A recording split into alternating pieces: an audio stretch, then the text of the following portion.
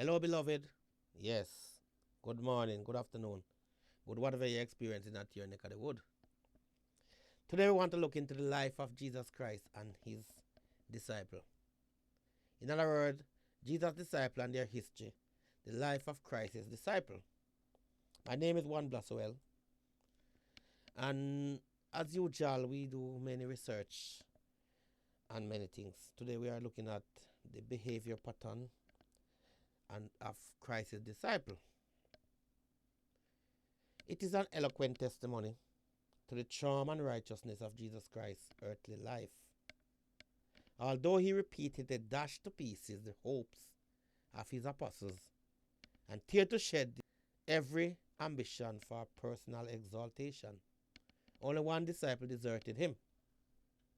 We know who that one is.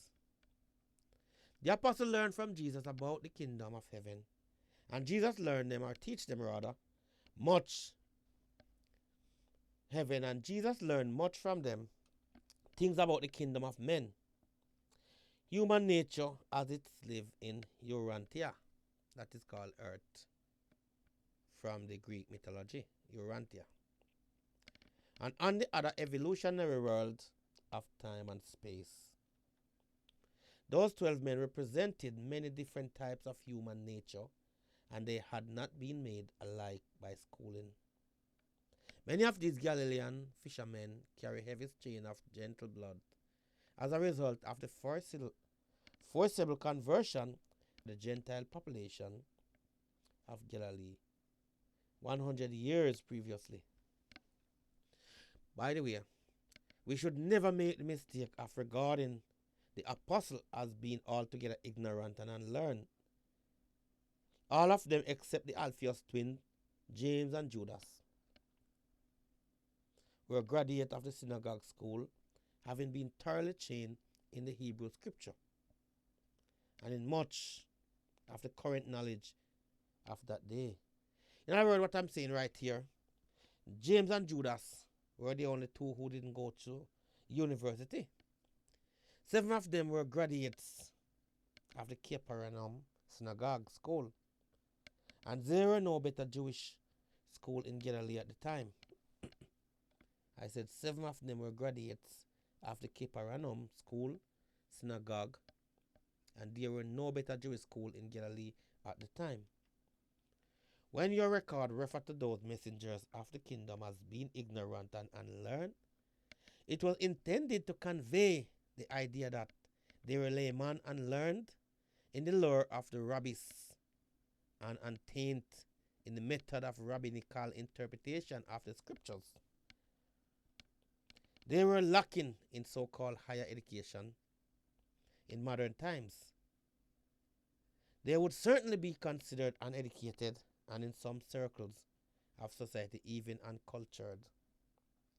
One thing is certain, they had not been all put through the same rigid and stereotype educational curriculum. From youth on, they had enjoyed separate experiences of learning how to live. The first disciple was Andrew. He was the chairman of the apostolic corps of the kingdom. He was born in Capernaum. He was the oldest child in the family of 5. Himself, his brother Simon, we know him as Peter, and 3 sisters. His father, now dead, long time, had been a partner of Zebedee in the fish drying business at Bethsaida, the fishing harbor of Capernaum.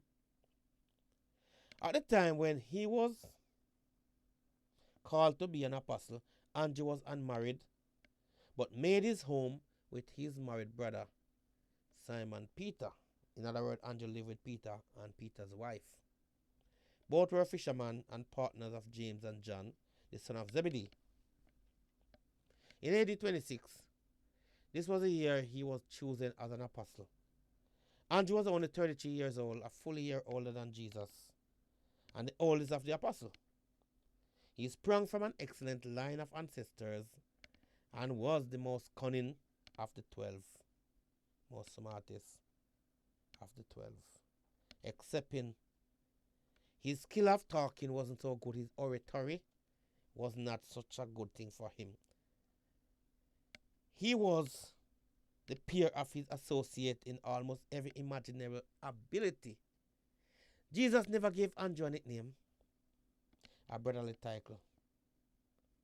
But even as the apostles soon began to call Jesus Master, they also designate Andrew by the term the equivalent to chief. Yeah. Andrew was a good organizer, but a better administrator. He was one of the inner circle of the 4 apostles, but his appointment by Jesus as the head of the apostle group made it necessary for him to remain on duty with his brethren while the other 3 enjoy very close communication with the master.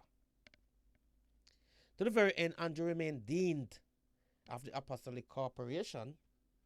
Although Andrew was never an effective preacher, he was an efficient personal worker, being the pioneer missionary of the kingdom in that as the first chosen apostle, he immediately brought to Jesus his brother Simon Peter, who subsequently became one of the greatest preachers of the kingdom.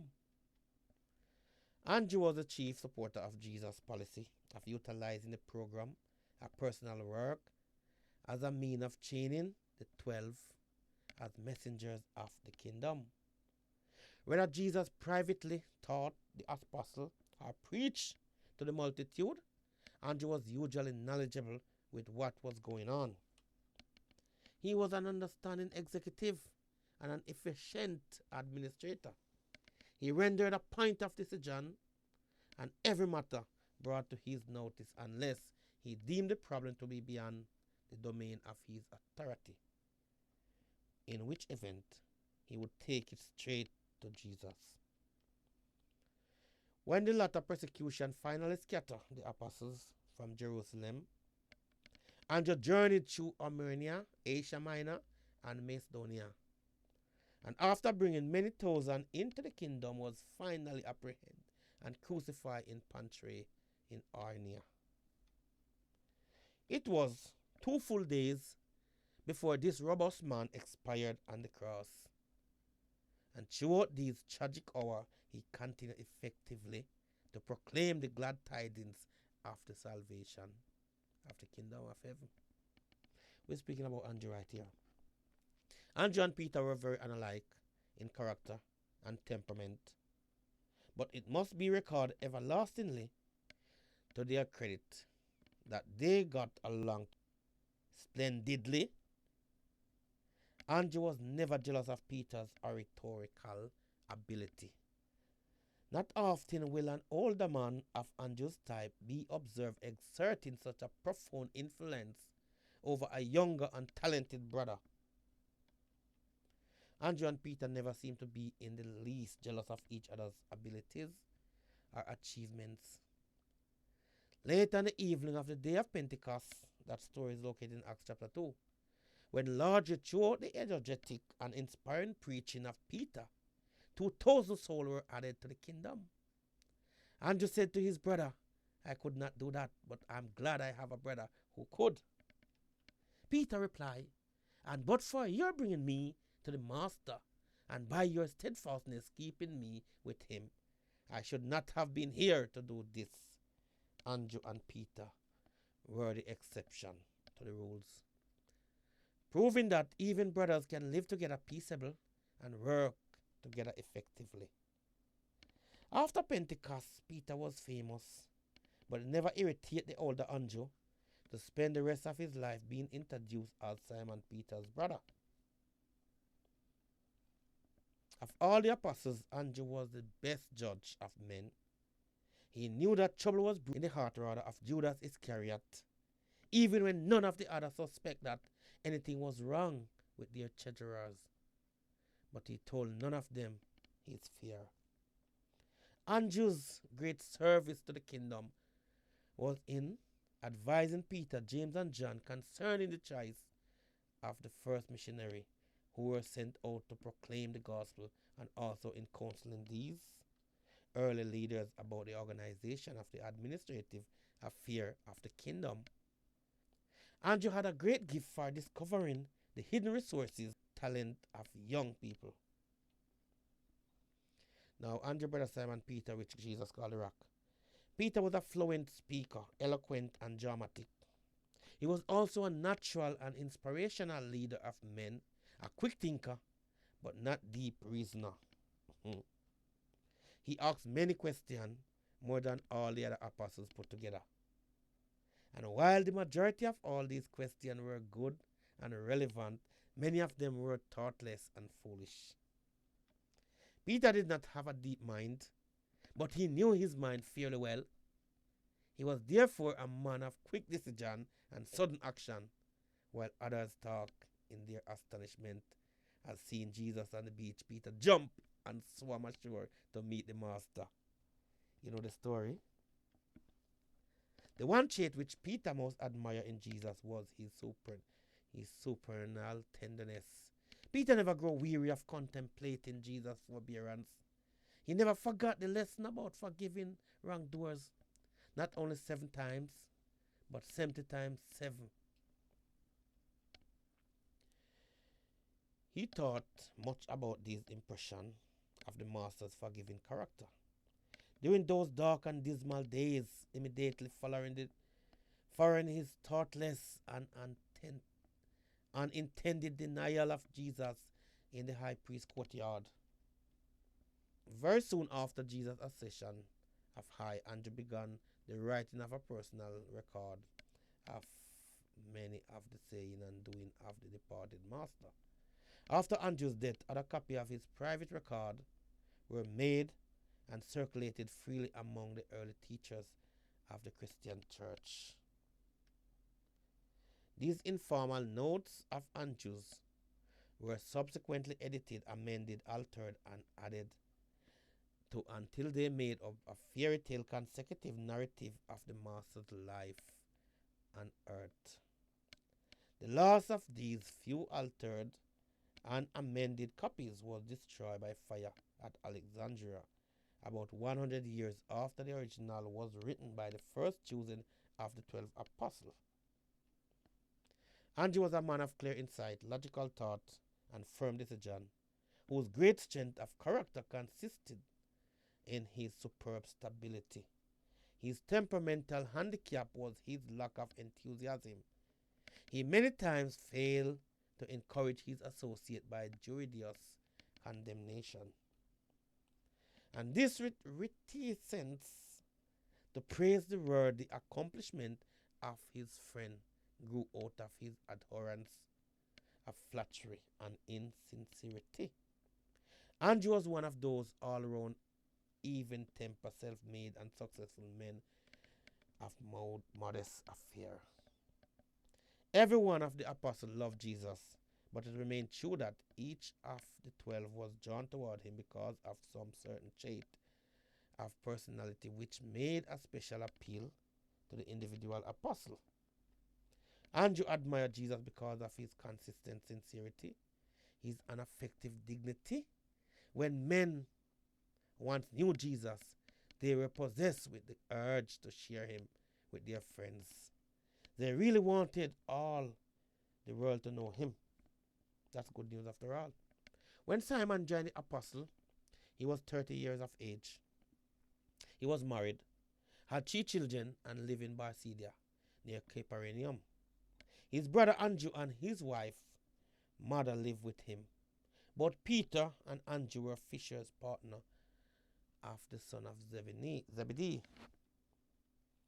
The master had known Simon for some time before Andrew presented him as the second of the apostle.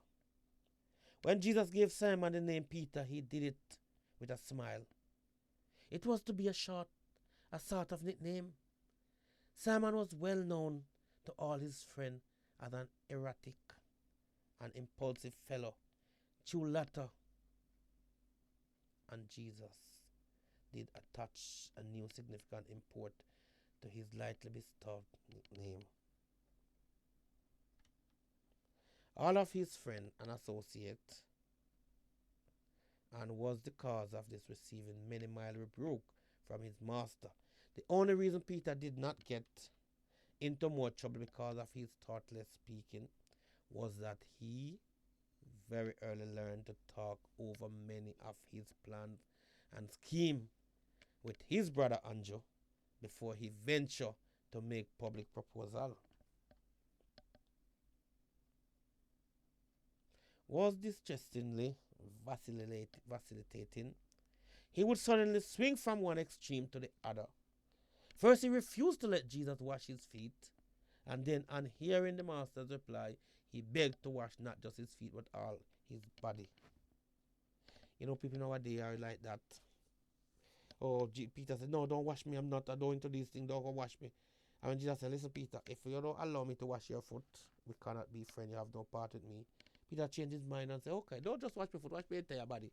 And this is how people stay over time.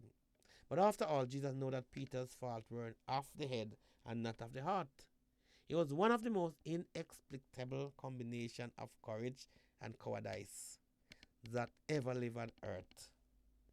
So in one sense, this sounds like an oxymoronic, but you know, in one sense, he is a brave fox, and in the other sense, he chimbled like a leaf.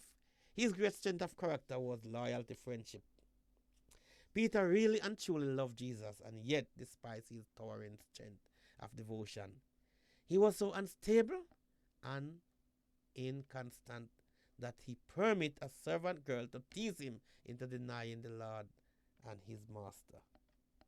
Peter could withstand persecution and any other form of direct assault, but he withered and shrank before ridicule. He was a brave soldier when facing a frontal attack, but he was a fear-crippling coward when surprised with an assault from a rear or behind. Peter was the first of Jesus' apostles to come forward to defend the work of Philip among the Samaritans and Paul among the Gentiles. Yet later on in Antioch, he reversed himself when confronted by ridiculing, Judaizing temporarily withdrawing from the Gentile only to bring down upon his head fearless denunciation of Paul. You know the story? Yeah, it's in Acts. He was the first one of the apostles to make wholehearted confession of Jesus, combined humanity and divinity, and the first saved Judas to deny him. Peter was not so much of a dreamer, but he disliked to descend from the cloud of ecstasy and the enthusiasm of dramatic indolence to the plain and matter-of-fact world of reality. In following Jesus literally and figuratively, he was either leading the procession or else tailing behind, following afar off. But he was the outstanding preacher of the 12. He did more than any other man, aside from Paul, to establish the kingdom and send its messenger to the four corners of the earth in one generation. After his rash denial of the master, he found himself, and with Andrew, sympathetic and understanding guidance, he again led the way back to the fishnet, while the apostle tarried to find out what was happening after the crucifixion. When he was fully assured that Jesus had forgiven him and knew he had been received back into the master's fold, the fire of the holy kingdom burned so brightly within his soul that he became a great and saving light to thousands who sat in darkness. After leaving Jerusalem, and before Paul became the leading spirits among the Gentile churches, Peter traveled extensively, visiting all the churches from Babylon to Corinth. He even visited and ministered to many of the churches which had been raised up by Paul, although Peter and Paul differ in much temperament and education. Even theology, they worked together harmoniously for the upbuilding of the churches during their latter years. Something of Peter's style and teaching is shown in the sermon particularly recorded by Luke and in the Gospel of Mark. His vigorous style was better shown in his letter known as the first epistle of Peter. At least this was true before it was subsequently altered by a disciple of Paul. But Peter persisted in making the mistake of trying to convince the Jews that Jesus was, after all, really and truly the Jewish Messiah. Right up to the day of his death, Simon Peter continued to suffer confusion in his mind between the concept of Jews as the Jewish Messiah, Christ as the world's Redeemer and Son of Man, as the revelation of God, the loving Father of all mankind. Peter's wife was a very able woman, whom for years she labored acceptable as a member of the woman corps. And when Peter was driven out of Jerusalem, she accompanied him upon all his journeys to the churches as well as on his missionary excursion. And the day her illustrious husband yielded up the ghost, died, she was thrown to the wild beasts in the arena at Rome. Remember, people, Peter was crucified upside down, by Rome, and we're going to have lecture on that also.